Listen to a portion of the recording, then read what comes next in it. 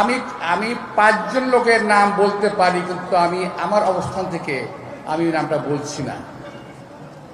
আমাকে গোপনে বলে আমি বলে দেবো আপনাদের, কিন্তু মাইকে আমি বলবো না। অপারেশন শুরু হয়েছে, অপারেশন ডেভিল হ্যান্ড, শুনেছেন না আপনারা? মানে শয়তান শিকার, শয়তান শিকারের জন্য একটা কার্যক্রম শুরু করেছে, অভিযান শুরু করেছে আমাদের এই গভর্নমেন্ট।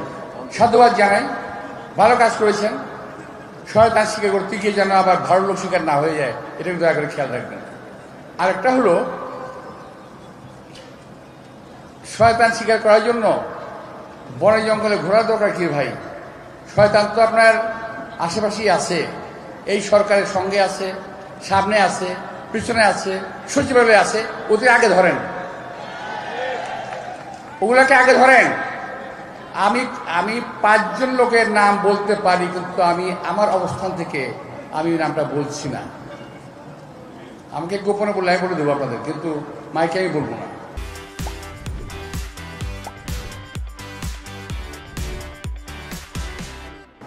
এই 5 জন লোকের মধ্যে 4 জন সচিবালয়ের ভিতরে অবস্থান করছে, 1 জন সচিবালয়ের বাইরে অবস্থান করছে। সবাই সচিব পর্যায়ের লোক।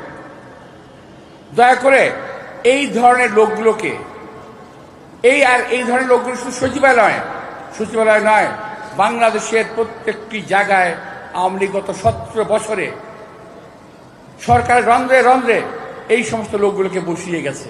গ্রামের ইউএন অফিস থেকে ডিসি অফিস থেকে ঢাকার, যদি আপনি বলেন প্রত্যেকটা প্রতিষ্ঠানের মধ্যে এই ধরনের লোকগুলো বসে আছে এখন পর্যন্ত।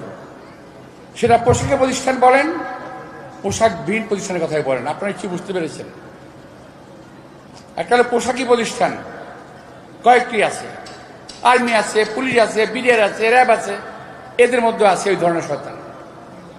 আবার সচিবালয়ের মধ্যে আছে এই ধরনের শয়তান, যারা এখন পর্যন্ত আওয়ামী লীগের পা চাটা গোলাম, তাদের পারপাস সাফ করে যাচ্ছে।